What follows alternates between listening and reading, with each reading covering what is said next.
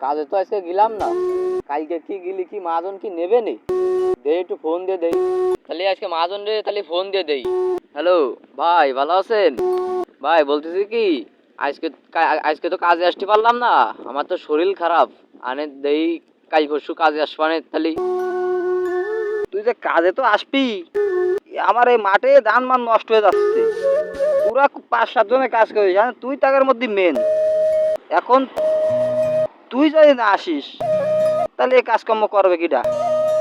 ভাবলাম যে তোরে দায়িত্ব দিয়ে আমি সিঙ্গাপুর চলে যাবো। এসো তো এলাকার কাজ, তুই একাই সব কিছু করবি।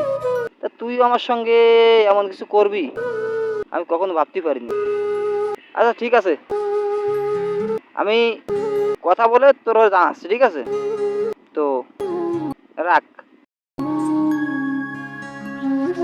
তা তুই তো কাজে আইছিস। হ্যাঁ আইছি। তাহলে একটা কাজ করি, বলে তাহলে চল আগে ওই ডাঙ্গিতে আমরা কাজ শুরু করি, ঠিক আছে? চলেন। যেহেতু কার কোনো লোকজন নেই, খালি তুই একা আসিস, হ্যাঁ তুই আমি দুজন মিলে হ্যাঁ তাহলে কাজ শুরু করি। চলেন। ইনশাল্লাহ সল ভালো শেষ যাবে।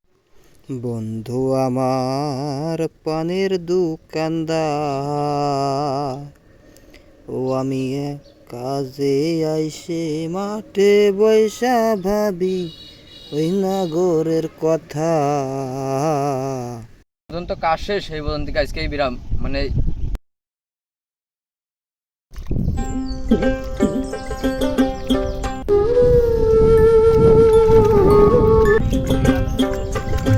কি আমি তো কাজে ঘটালাম ওই মাঠে, আমার তো কাজ শেষ হয়ে গেছে, কিন্তু ওর কাজ শেষ হয়েছে কি না এটা দেখতে হবে।